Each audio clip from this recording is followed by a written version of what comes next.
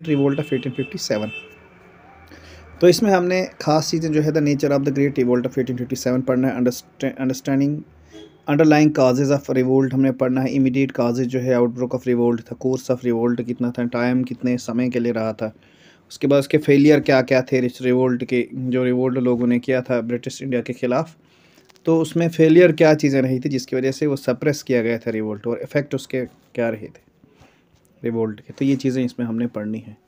तो रिवोल्ट एक सिपाही म्यूटनी के द्वारा जो है 1857 में अंदर हुआ था, जिसमें इंडियन के नेशनलिज्म के जो लोग थे उन्होंने वहाँ पे हिस्सा लिया था। तो 57 के अंदर यहाँ पे कहा जाता है कि सीड को बोया गया which dormant in the subconscious Indian people, जो एक डोरमेंट स्टेट में रहा था एक इंडियन के जो है इंडियन के लोगों के सबकॉन्शियस माइंड के अंदर, और ये कंटिन्यू भी था ये मोमेंट। पहले से स्ट्रगल थी ब्रिटिश रूल के ख़िलाफ़ जो है, कब तक ये चली, फिर ये उससे पहले भी थी और चली भी 1947, और 1947 में जब हमारा मुल्क जो हिंदुस्तान आज़ाद हुआ था अंग्रेज़ों के ग़ुलामी से। और उसके बाद इसमें हमने तमाम चीज़ें पढ़नी है, nature characteristic and character and cause of revolt of 1857 should be study in order to understand the subsequent events. उसके बाद सबसे पहले जो हमने टॉपिक लिया था नेचर ऑफ रिवोल्ट क्या थी। तो नेचर ऑफ रिवोल्ट क्या था, historical writing of the British scholar under played the character of revolt 1857। Sir John Lawrence जो था was of the opinion that the revolt was purely a military outbreak and not the conspiracy to overthrow British rule, यानी कि एक military कहते हैं, military outbreak था, एक military जो है म्यूटनी थी, ठीक है। तो मतलब इसका मतलब ये था कि जो मुखालिफ जो हो रहे थे वो मिलिट्री के लोग ही मुखालिफ हो रहे थे, और ये कंस्पिरेसी यहाँ पे नहीं थी, मैं को एक मतलब ऐसा कुछ भी नहीं था, क्या कहेंगे हम इसको, एक साजिश ऐसी नहीं थी जिससे कि ब्रिटिश के रूल को ख़त्म किया जाए, बल्कि ऐसा कुछ नहीं, बल्कि एक मिलिट्री आउटब्रेक था जो कहा था सर जॉन लॉरेंस ने कहा था। और उसके बाद आता है the revolt of 1857 is held by the Indian scholars specially by sir Savarkar ने कहा था कि ये first war of Indian independence था, ये पहली जंग थी जो है हिंदुस्तान की आज़ादी के लिए।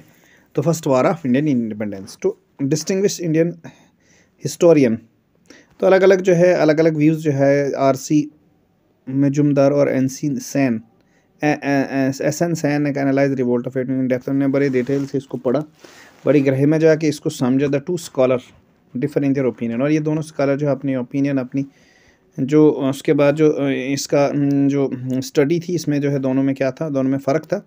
SN जो था सैन जो वो यकीन करता था इस पर कि 1857 का जो रिवोल्ट था वो स्ट्रगल फॉर इंडियन इंडिपेंडेंस है, एक जद्दोजहद थी इंडिया की जो है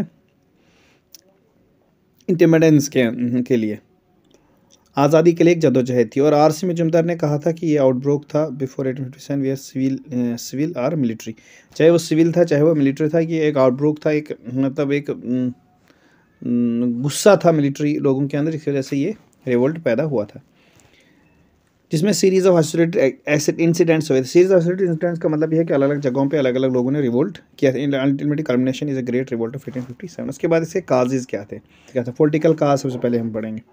कहते हैं the discontent and disaffections manifested in the form of revolt against the British government was not confined to the ruling chief and royal families alone. On the contrary, the British rule was disliked by the people at large in any region when it was newly introduced। यानी कहते हैं कि सब बड़ी families के जो लोग थे उनने ही जो है उनको ही इस चीज़ का इल्म नहीं था कि जो रूल जो है यहाँ पे ब्रिटिश लोग कर रहे हैं ये एक ग़ुलामी की तरह है, हम जो है हिंदुस्तानी जो है ब्रिटिश के ग़ुलाम हैं, बल्कि उन लोगों को भी अब पता चल चुका था जो बिल्कुल जो है देहात में रहने वाले लोग थे, हर जगह पे ये चीज़ पहुंची थी। एंटी अब British feeling was particularly strong in those regions like जैसे बर्मा, आसाम, कॉन्गो, सिंध और पंजाब में जो एंटी ब्रिटिश फीलिंग जो है लोगों के अंदर पैदा हो गई थी, एक एहसास पैदा हो गया था, जिसमें doctor flaps particularly it's practice जो है एप्लीकेशन बाय लॉर्ड डलहौजी ने किया था, जो डॉक्टर फ्लैप्स जिसमें बहुत सारे जो रीजन्स थे उनको एक्वायर कर रहे थे, वो produce giving grave discontent and alarm among the native princes who were directly affected. और जो अलग अलग जगहों पे जो प्रिंसेस हुआ करते थे, प्रिंस हुआ करते थे, तो उनके लिए ये एक डायरेक्टली अफेक्टेड चीज़ें थी जो डॉक्टर फ्लैप्स के ज़रिए से उनने एक्वायर की हुई थी। ये भी एक काज रहा था, पॉलिटिकल काज, इसकी वजह से भी जो रिवोल्ट ऑफ 1857 की बुनियाद रही थी। उसके बाद इकोनॉमिकल काजेज़ क्या थे, कहते हैं कि जिसमें ह्यूज ट्रेन ऑफ वेल्थ किताब भी लिखी थी राइटर ने, तो उसमें ये भी इस इकोनॉमिकल काजेज़ में ये भी है कि बहुत सारा जो पैसा था, बहुत सारा जो यहाँ पे चीज़ें थी वो ब्रिटिश लोगों ने ले ली थी। डिस्ट्रक्शन इन द मिलिट्री, अब इसमें इंडस्ट्री में काफ़ी जो है नुकसान हुआ था, जिसमें रेवेन्यू में काफ़ी नुकसान हुआ था। Count later half of the 18th century के हाफ में the East India Company after attaining political power used it to fund the growth British made British trade and commerce at the cost of Indian. कहते India की कीमत पे ही क्या करते थे, British के ट्रेड को क्या कर रहे थे, अब ब्रिटिश लोग ग्रो कर रहे थे। The British damage the Indian trade and manufacturers is imposing a high tariff in British against Indian goods and by encouraging all means of imports to British goods in India। कहते हैं अब यहाँ पे क्या हुआ था कि जो इंडियन की चीज़ें थी उसमें उसकी ट्रेड में काफ़ी जो है टैक्सेस जो है इम्पोज कर रहे थे ब्रिटिश, जिससे क्या हो रहा था कि इन ब्रिटिश की जो चीज़ें बाहर से आ रही थी उसमें कम टैक्स होने के कारण वो यहाँ पे ज़्यादा बिकने लगी, और इस पे टैक्सेस इम्पोज करने की वजह से वो महंगी होने लगी चीज़ें और उन पे लोग जो हैं कम जो हैं वो ख़रीदने लगे। और इंग्लैंड के अंदर ruin of the old handlooms weavers for accomplished by the growth of the machinery, और वहाँ पे क्योंकि यहाँ से बहुत सारा धागा वगैरह लिया करते थे और हाँ आसानी के साथ मशीन के ज़रिए से उसको बनाकर फिर यहाँ वापस आके उसको बेचा करते थे।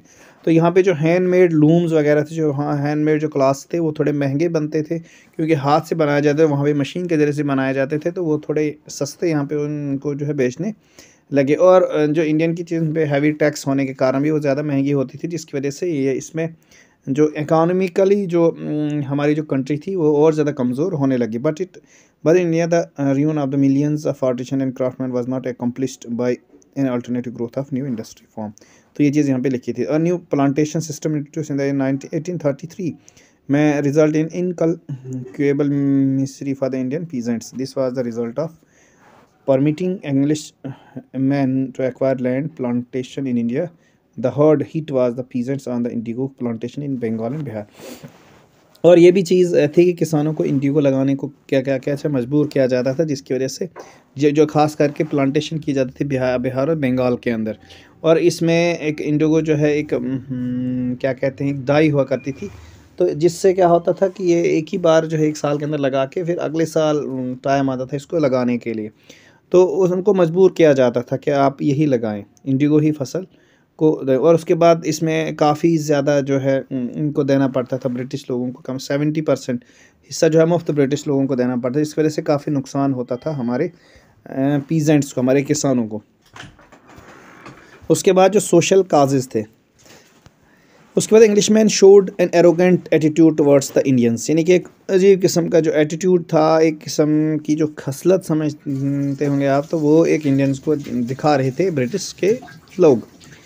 Indiscriminate assault on Indian by English man become quite common, और इनडिस्क्रिमिनेट किया जाता है, असॉल्टेड किया जाता है, उनको शर्मसार किया जाता था, डिस्क्रिमिनेट किया जाता था कास्ट के बेस पे, अलग अलग चीज़ों के बेस पे, और ये एक आम हो चुका था। Also the general alarm was raised among the Hindus and Muslims by the activities of Christian missionaries। और क्रिश्चियन के जो मिशनरीज थे, क्रिश्चियन के जो समझाने वाले लोग थे, क्रिश्चियंस के जो साधु संत थे, अब वो भी जो है क्या कर रहे थे, हिंदू और मुस्लिम्स के दरमियान एक लड़ाई पैदा कर रहे थे, और वो भी एक जनरल अलार्म था, रेज़ कर रहे थे, उठा रहे थे। ठीक है, the education institution establish by the machinery, और जो मशीनरी मशीनरीज़ ने जो यहाँ पे एजुकेशन इंस्टीट्यूशन जो एस्टैब्लिश किए थे, तो वहाँ पे भी वही किस्म की एजुकेशन जो है वो पढ़ा रहे थे, जो वेस्टर्न एजुकेशन और culture in the place of oriental education learning.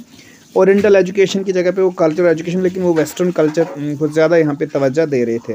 The native population felt that it losing their social in identity, और जो नेटिव पॉपुलेशन थी, मतलब जो हिंदुस्तान की पॉपुलेशन थी, लोग थे, वो ऐसा महसूस कर रहे थे कि हम अपनी सोशल आइडेंटिटी को खो रहे हैं।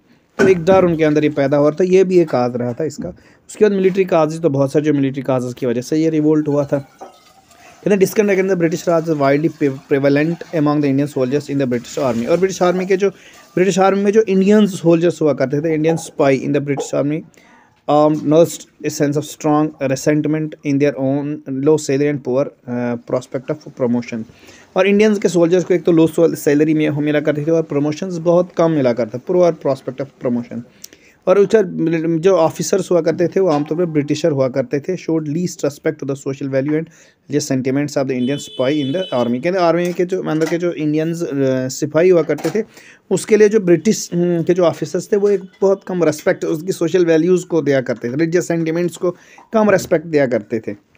Thus, although generally faithful to their masters and spy were provoked revolt। और इसकी वजह से अगर जो उनको अपने मास्टर्स के लिए फेथफुल रहना चाहिए था, लेकिन वो अपने इस रिलीजियस सेंटिमेंट्स को, सोशल वैल्यूज़ को जो है होने के बावजूद भी वो उस ब्रिटिश आर्मी के अंदर जो है काम करते थे। और यही एक हुआ कि सिपाही ने प्रोवोक किया और एक रिवोल्ट की शक्ल में पैदा हुआ। द विलोर म्यूनिटी जिसको कहा जाता है। विलोर म्यूनिटी एक हुई थी 1806 में, the precursor to the 1857 revolt.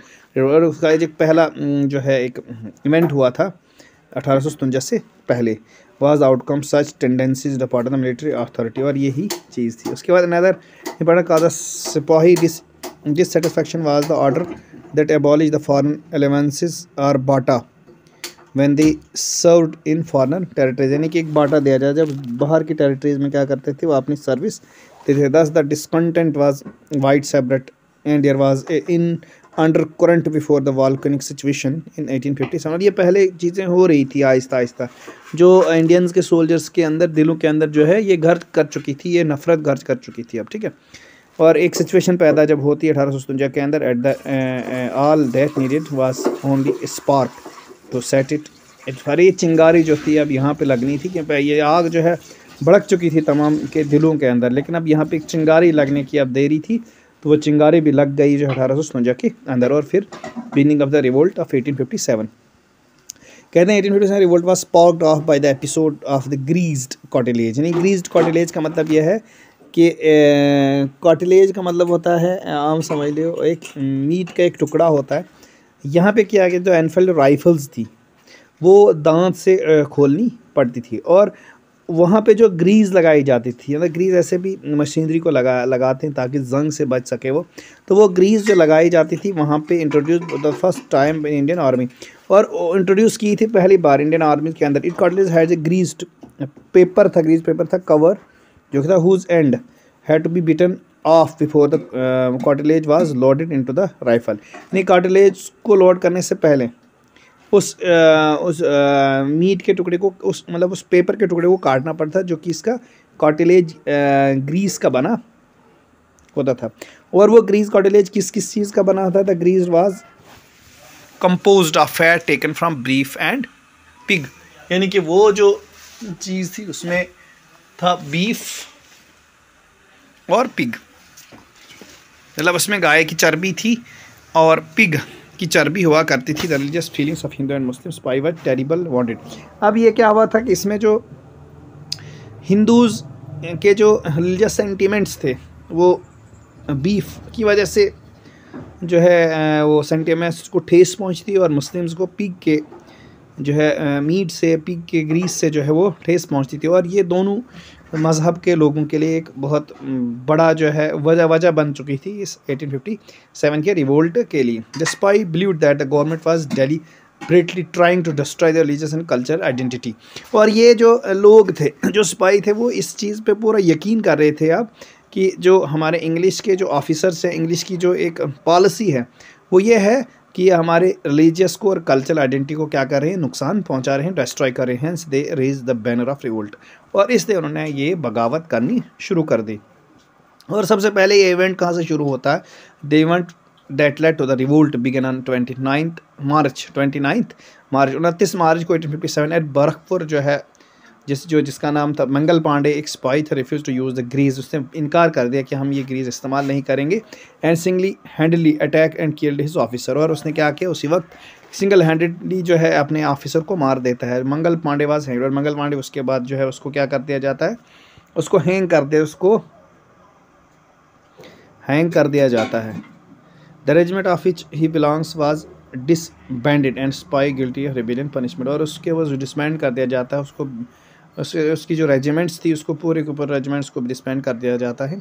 The British institute of diffusing the explosive situation paved the way for the might crisis in the act a chain reaction was set in motion, और एक चेन की तरह रिएक्शनें जो है पैदा होती हैं अब दूसरे लोगों के अंदर भी। एट मेरठ जो है इन मई 1857 85 spy of the 3rd cavalry regiments were sentenced to long term of imprisonment for refusing the use of the gas cartilage. But therefore 10th May जो है the spy broke out in open rebellion, shot their officers, released their follow spy and headed towards Delhi, और फिर दिल्ली की तरफ जो है रवाना होते हैं। जो जिन लोगों को, जिन स्पाई को जो है इम्प्रिजन किया था, कैद में बंद कर दिया गया था, उनको भी छोड़ते हैं और अपने दूसरे ऑफिसर्स को भी मार देते हैं जो इंग्लिश ऑफिसर्स हुआ करते थे तब। General Hewitt the officer commanding the Meerut was helpless to prevent the army march, और ये अब जो हेल्पलेस हो जाता है। जो जनरल हेविथ था, आर्मी ऑफिसर था जो मेरठ के अंदर जो है तब सर्विस कर रहा था। तो उसके बाद नेक्स्ट मॉर्निंग क्या होता है, सुबह क्या होता है कि रेबिलियन आर्मी राइज और ये मार्च करते हैं, दिल्ली की तरफ चलते हैं। The city of Delhi fell into the hand of rebellion soldiers on 12 May 1857। Lieutenant वेल्टेंसबे जो है ऑफिसर था charge of Delhi could not prevent the mutineers, ये नहीं बचा पाते हैं अपने आप को उन लोगों से, मॉन्टिनर से। Soon the mutineers proclaimed an aged nominal king, जो नॉमिनल किंग हुआ करता था तब Bahadur Shah second of the Mughal dynasty का था, as emperor of the India, जो एम्परर ऑफ इंडिया जो है तब तो ये सिर्फ चेयर पे ही था तब, कोई काम, कोई रूल, कोई पावर इसके पास नहीं थी। Very soon the rebellion separate through out the northern and central India, Lucknow, Allahabad, Kanpur, Banaras वगैरह यहाँ पे जो एंटर हो जाता है, बिहार, झांसी और अदर प्लेसेस, ये तमाम जगहों पहुँच जाता है। उसके बाद Delhi, the leadership at Delhi was nominally in the hand of Bahadur Shah second, but the real control were exercised by the general Bakht Khan के अंदर रियल कंट्रोल था on the side of the British. He combined efforts of Nicholson, Wilson, Baird, Smith and Willis and Neville Chamberlain enable and recapture Delhi by September 1857 को ये recapture कर देते हैं। क्योंकि general Bakht Khan जो है इंडियन था, तो ये मुगल्स का, लेकिन इसके पास जो कंट्रोल था वो ब्रिटिश कंट्रोल था। कंट्रोल के अंदर ये जो काम करते in Delhi emperor Bahadur Shah was arrested, Bahadur Shah second को अरेस्ट किया जाता है एंड डिपोर्टेड टू रंगून भेज दिया जाता है, where he remained in exile still he death in 1862 तब तक ये जो है वहीं पे रहते हैं जब तक 1862 में इसकी डेथ हो जाती है। उसके बाद कानपुर के अंदर रिवोल्ट नाना साहिब ने जो है वो चलाया, जिसने अडॉप्ट किया था बाजीराव सेकंड को, लास्ट पेशवा जो था। सब expel the English from Kanpur, यानी कि ये नाना साहब ने इनको भगा दिया था इंग्लिश वालों को, और with the help of sipahi and proclaimed himself as Peshwa को इसने अपने आप को जो है यहाँ घोषित किया था। Nana Sahib and his efforts against the British was able supporting of the two his lieutenants, one was Tantia टोपी एंड अदर वाज अजीमुल्लाह। इनकी मदद से इनको क्या कर दिया था, इन ब्रिटिश लोगों को जो है यहाँ से बाहर निकाला था। Sir Hugh Wheelers the commander of the British garrison at Kanpur standard on the 27 June 1857 को इसने सरेंडर किया था ब्रिटिश के कमांडर ने, but soon Kanpur was recaptured by the British commander sir Colin Campbell, और उसके बाद जल्दी ही रिकैप्चर किया था फिर से। तो इसके बाद हम अगले वीडियो के अंदर इसके बाद क्या चीज़ें होती हैं। तो अभी के लिए थैंक यू, बाय बाय, खुदा हाफिज़।